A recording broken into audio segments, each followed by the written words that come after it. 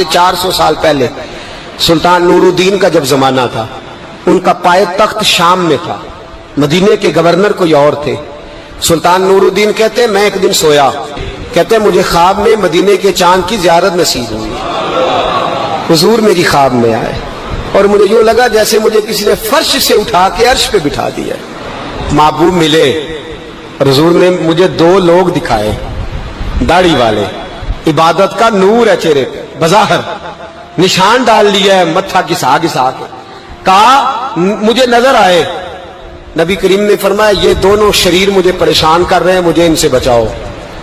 جو نبی وہاں آ کے اطلاع دے سکتے ہیں وہ اپنا دفاع بھی کر سکتے ہیں، اور اللہ تبارک و تعالیٰ اپنے نبی کی مدد کے لیے فرشتے بھی بھیج دیتا ہے۔ حضور با اختیار ہے، لیکن حضور امت سے کام لینا چاہتے ہیں۔ نبی پاک امت سے بولے تو صحیح، ہم دینا بھی چاہتے ہیں کہ نہیں؟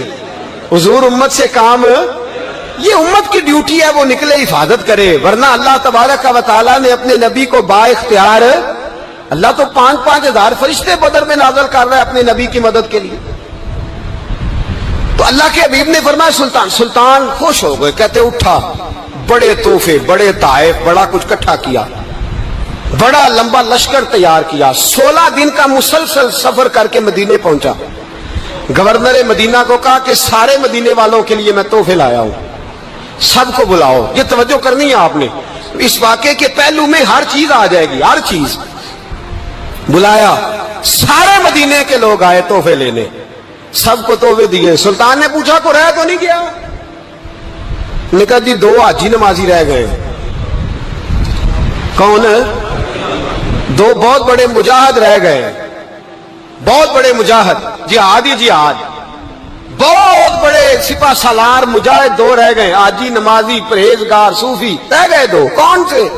انہوں نے کہا کسی اور علاقے سے آئے ہیں، داڑھی بھی زیادہ ہے، سارا دن نماز پڑھتے ہیں، ساری رات جو ہے وہ عبادت میں رہتے ہیں، روزہ رکھتے ہیں، بس زور کے بعد حجرے سے نکلتے ہیں، صرف زور کے بعد، بڑے بھولے بالے، بڑے اللہ والے۔ ریاض آپ کو بس میں نے وہ شعر پڑھنا چھوڑ دیا ہے، میرے ساتھی کہتے ہیں کہ کم پڑھا کریں، کچھ ساتھی کہتے ہیں نہیں اتنا نہیں ہونا چاہیے، لیکن بابا صاحب تو کہہ گئے نا، ان کو تو نہیں نا کوئی روک سکتا کہ آج بھی کیتی جاندے ہو تے لو بھی پیتی جاندے ہو، ہے نا جی؟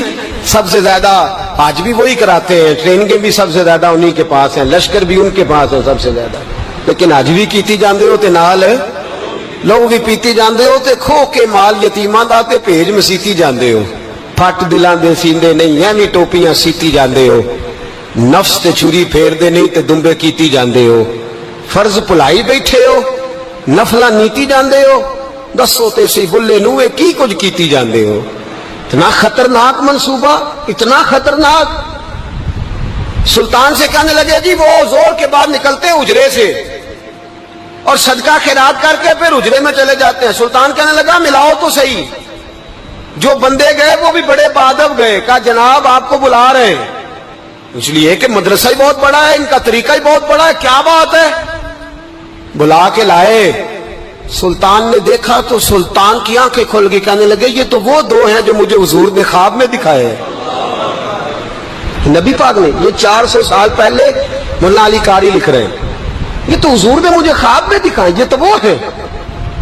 اللہ اکبر۔ میں اکثر کہتا ہوں ہمارا کسی کے ساتھ کوئی ذاتی جھگڑا نہیں، اللہ جانتا ہے، بڑی جلدی مر جانا ہے۔ ہاں کچھ لوگ زیادتی کرتے ہیں دین کے معاملات، میری سرکار کے بارے میں زیادتی کرتے ہیں تو ان سے دل بھر جاتا ہے، ان سے تکلیف پہنچتی ہے، ان سے اذیت ہوتی ہے، ورنہ خون کے آنسو دل روتا ہے۔ امت کو ایک ہونا چاہیے، امت کو، لیکن امت اس وقت ایک ہوگی جب نبی پاک کے گنبد کے سائے میں ایک ہوگی، جب رسول اللہ کے گنبد کی ہریالی میں امت ایک ہوگی۔ میرے حبیب پاک علیہ السلام، یہ تو 2 مجھے حضور نے دکھائے ہیں۔ سلطان کہنے لگا باندھو ذرا کس کے انہیں، ان کے گھر کی تلاشی لینی۔ ان کو باندھ کے سلطان گھر گئے تو گھر کے اندر کچھ بھی نہیں، بس صدقہ خیرات کا سامان ہے، قرآن پاک ہے، کتابیں ہیں، تفسیریں۔ جب اٹھائی نا چٹائی تو نیچے سرنگ نکلی ہوئی ہے، جب اس کے اندر لوگ گئے تو وہ سرنگ حضور کے روزے تک پہنچی ہوئی ہے۔ وہ کس ارادے سے آئے؟ سلطان نے جا کے تلوار تھامی، کہا تمہاری گردنیں اڑا دوں گا، بتاؤ کیسے آئے ہو؟ تو انہوں نے کہا ہم تو عیسائی ہیں، ہمیں عیسائیوں نے بھیجا ہے۔ اور ہم اس ارادے سے آئے ہیں کہ ہم حضور کے جسم اقدس کو نکالیں گے، کسی اور جگہ لے جائیں گے۔ سلطان نے بات سنی تو چیخ نکلی، اللہ اکبر کا۔ اس نے کہا عیسائیوں نے کیا سمجھا ہے رسول اللہ کے غلام مر گئے؟ تم نے کیا سمجھا ہے نعرہ رسالت کی آواز کمزور ہو گئی ہے؟ تم نے کیا سمجھا ہے درود و سلام کے سوتے خشک ہو گئے ہیں؟ تم نے کیا سمجھا ہے مدینے پر جان دینے والے کوئی نہیں؟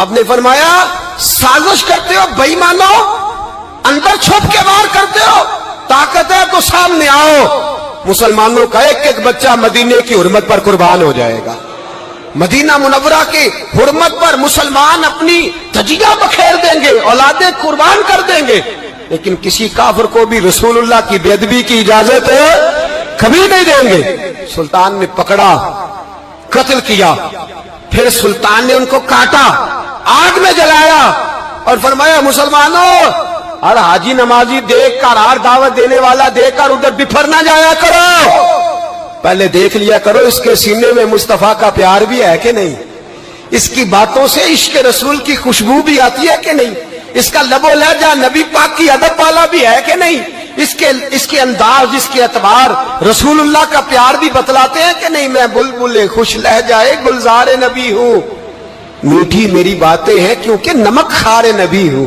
دیکھو دیکھو یہ رسول اللہ صلی اللہ علیہ وسلم کا فرما بردار۔ ایک اور بھی سازش ہوئی رافضیوں نے کی، انہوں نے بھی 2 بندے ایک دفعہ بھیجے تھے، وہ بھی کھودنے لگے، کدھر آئے ہو؟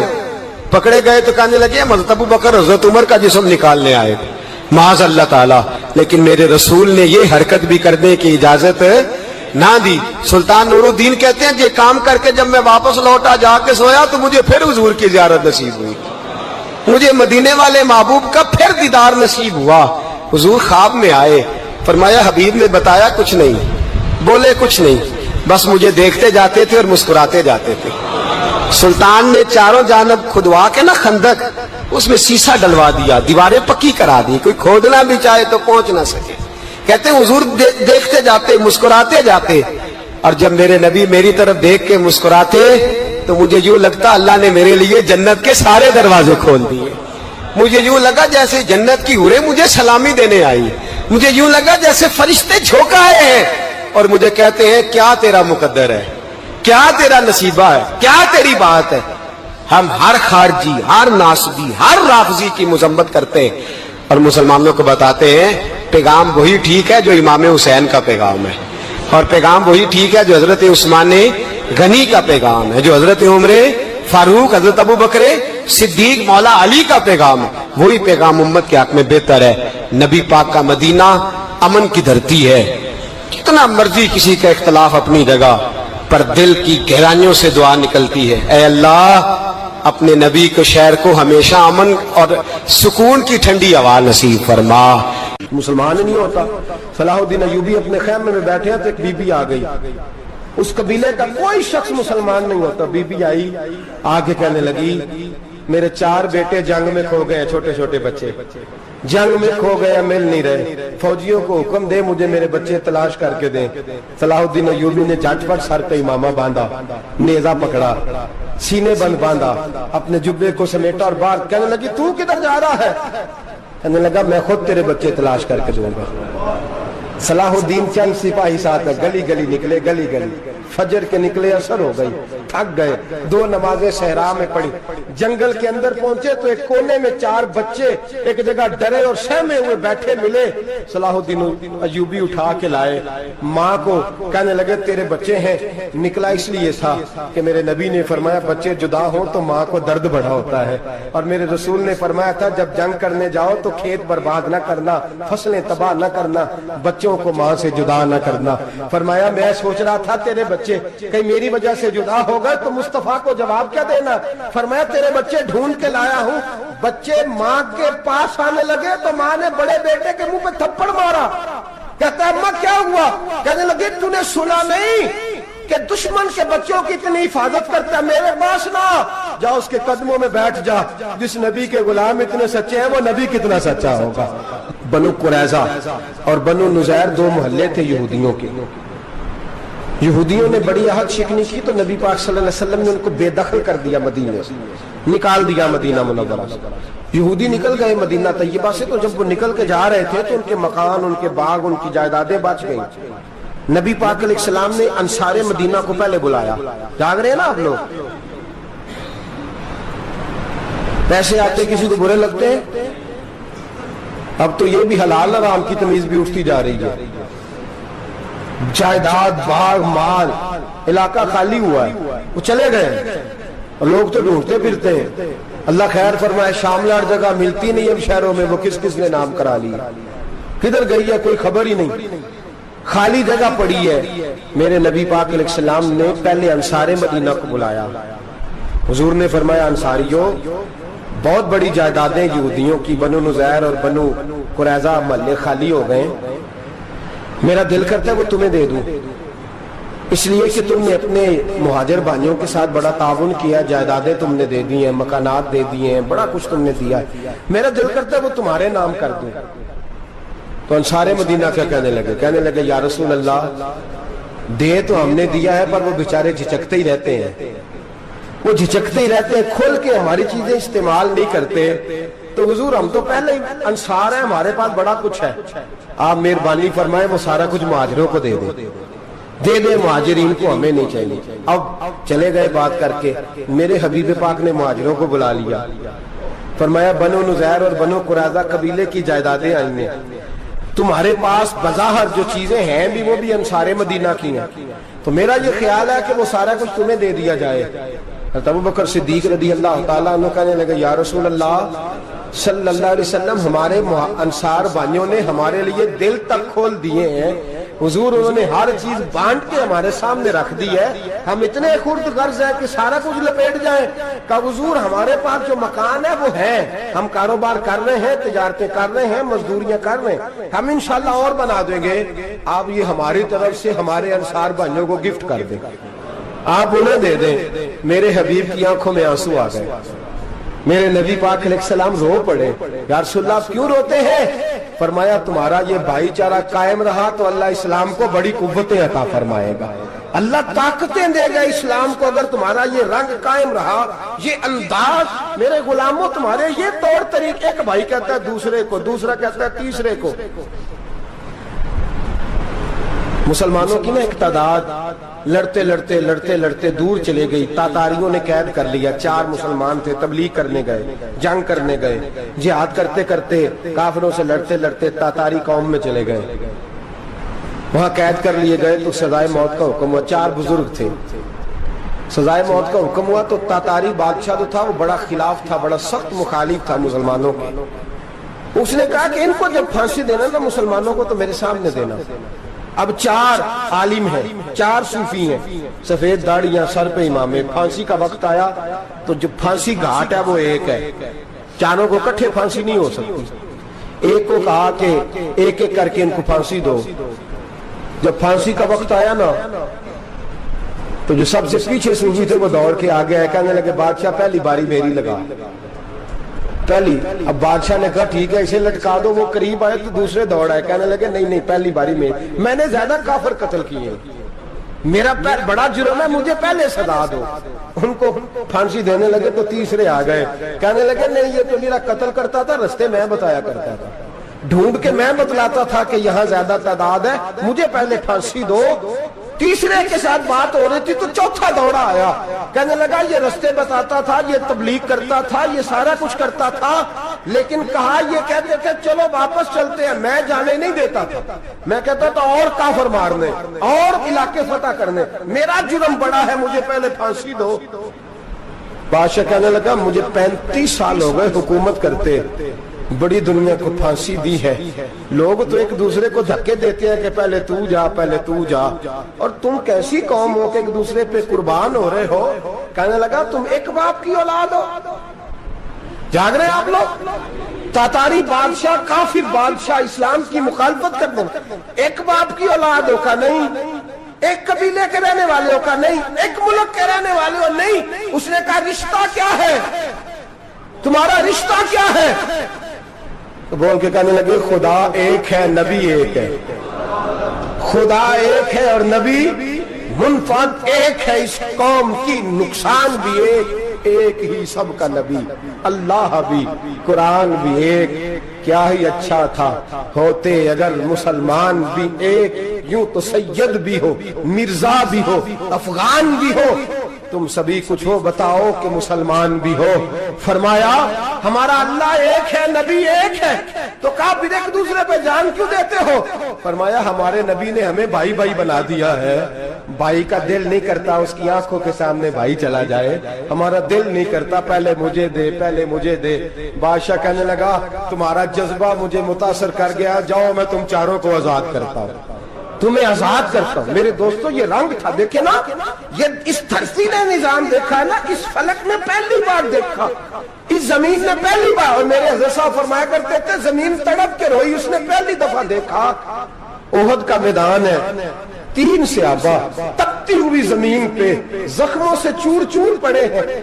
حضرت انس بن نضر رضی اللہ تعالیٰ عنہ پانی کا پیالہ لے کے پہنچے، ایک زخمی سے کہا تجھے پانی پلانا ہے، تو کہنے لگا میرے زخم تھوڑے ہیں، وہ جو ساتھ پڑا اس کے زخم گہرے ہیں، پہلے اسے پانی پلا دے، جا اسے دے دے۔ اس کے پاس پہنچے تو وہ کہنے لگا وہ مجھ سے پہلے گرا تھا، اس کا زخم زیادہ گہرا ہے، اسے پانی پلا۔ تیسرے کے پاس گئے تو کہنے لگا چوتھا تڑپ زیادہ رہا ہے، اس کی عمر زیادہ ہے، میں تو جوان ہوں برداشت کر لوں، بڑھاپے کی وجہ سے نڈھال ہو گیا، پہلے اسے پانی پلا۔ چوتھا کہنے لگا 5ویں کے پاس جا، 5واں کہنے لگا 6 کے پاس جا۔ حضرت انس بن نضر کہتے میں رو پڑا، میں نے کہا محمد کے غلاموں، رسول نے تمہیں کیسا جذبہ دے دیا ہے، زبانیں پیاس سے باہر ہے لیکن تمہاری اخوت مرتے دم تک قائم ہے۔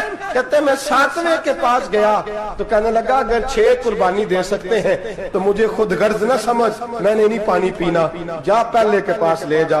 کہتے میں پہلے کے پاس آیا تو روح پرواز کر گئی، دوسرے کے پاس آیا تو روح پرواز کر گئی، میں 7ویں تک آیا تو انتقال کر گئے۔ کہتے ہیں پانی کا پیالہ میں نے اٹھایا اور میں نے زمین پہ رکھا تو میں نے کہا پانی گوا رہنا، محمد کے غلام مر تو جاتے ہیں پر ایک دوسرے کا خیال بڑا رکھا کرتے ہیں، گوا رہنا یہ مر جایا کرتے لیکن ایک دوسرے کا درد۔ میرے دوستو لٹا ہوا برما، روتے ہوئے مسلمان، سسکیاں اور آہیں لیتی ہوئی مائیں پوچھتی ہیں اے خاصا اے خاصان رسول وقت دعا ہے، امت پہ تیری آ کے عجب وقت پڑا ہے، وہ دین جو بڑی شان سے نکلا تھا وطن سے، پردیس میں وہ دین آج غریب الغربا ہے، فریاد ہے اے کشتی یہ امت کے نگہباں، بیڑا یہ تباہی کے قریب آن لگا ہے۔ اور کیا خوبصورت جملے کہے تھے کہ نبی پاک صلی اللہ علیہ وسلم نے، حضور نے فرمایا تھا میرا مومن ایک جان کی طرح ہوتا ہے، ایک جان کی طرح ہوتا ہے، ایک کو تکلیف ہو جسم کے ایک حصے کو سارا حصہ پریشان ہوتا ہے، فرمایا یہ ایک مکان کی طرح ہے، ایک اینٹ دوسری اینٹ کو مضبوط کرتی ہے، فرمایا یہ مضبوط لوگ ہیں، یہ مضبوط لوگ۔ حضرت عمر فاروق کا زمانہ ہے، ایک آدمی نے سیری بھیج دی ایک گھر میں بطور تحفہ، قحط کا زمانہ تھا، گوشت ملتا نہیں تھا، جانور، ایک آدمی نے سیری بھیج دی ایک آدمی کے گھر میں۔ اس نے کیا کیا؟ اس نے اپنی بیوی سے کہا ہماری تو خیر ہے، ساتھ والا پڑوسی زیادہ غریب ہے، ادھر نہ بھیج دے، یہاں گندم امیر شہر کی ہوتی رہی خراب اور بچی کسی فقیر کی فاقوں سے مر گئی، کہا ساتھ والے پڑوسی کے گھر سے میں کئی دنوں سے بھوک کی آوازیں وہاں بھیج دے۔ اس کے گھر گئی تو اس کی بیوی شوہر کو مشورہ دیتی ہے، کہتی ہے میرے بچے تو دلیر ہے، ساتھ والے کے چھوٹے ہیں، وہ گزارا نہیں، ادھر نہ بھیج دیں۔ ادھر گئی، ایک روایت ہے 7 گھر، ایک روایت ہے 21 گھر، 21 گھروں میں گھومتی ہوئی وہ شریف پھر پہلے کے گھر میں آ گئی، اور پہلا صحابی کہنے لگا صرف تو نے محمد کا کلمہ نہیں پڑھا، باقی بھی اس نے بھی پڑھا ہوا ہے، صرف تو نے ہی رسول اللہ سے یہ درس نہیں لیا، باقیوں نے بھی لیا ہے، اور صرف تیرے اندر ہی جذبہ اظہار نہیں، تو ہی صرف مسلمانوں سے پیار نہیں کرتی، سارے ہی پیار کرتے ہیں۔ وہ شریف پھر آ گئی ہے، اب کیا کرنا ہے؟ اب کیا کرنا ہے؟ تو امام نبوی نے لکھا ہے، وہ کہنے لگی کرنا کیا ہے؟ پکاؤں گی میں اور کھائیں گے 21 گھر، پھر بھی اکیلے نہیں کھائیں گے، پکاؤں گی میں اور کھائیں گے 21 گھروں کے مطابق شوربہ پکا، اور پھر برتن میں ڈال کے وہ بی بی ایک ایک گھر کا دروازہ کھٹکھٹاتی ہے، کہتی ہے مصطفیٰ کے غلاموں نکلو باہر اور کھاؤ، اس لیے کہ جس نبی نے مجھے پیار کا حکم دیا اسی نے تمہیں بھی پیار کرنا سکھایا ہے، یہ رنگ چشم فلک نے سکھایا ہے۔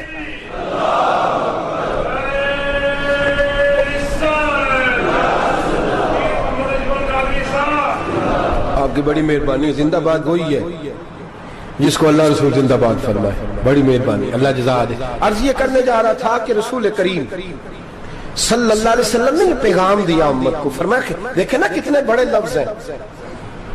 یہ نہیں فرمایا دوزخ میں جائے گا, یہ نہیں فرمایا کہ اسے جہنم کی سزا ملے گی. میرے نبی نے فرمایا میں اسے مومن مانتا ہی نہیں, میں اسے مسلمان اپنا مانتا ہی نہیں. حضور کسے؟ فرمایا جو پیٹ بھر کے کھاتا ہے اور اس کا ہمسایہ بھوکا سو جاتا ہے. میں مومن ہی نہیں مانتا.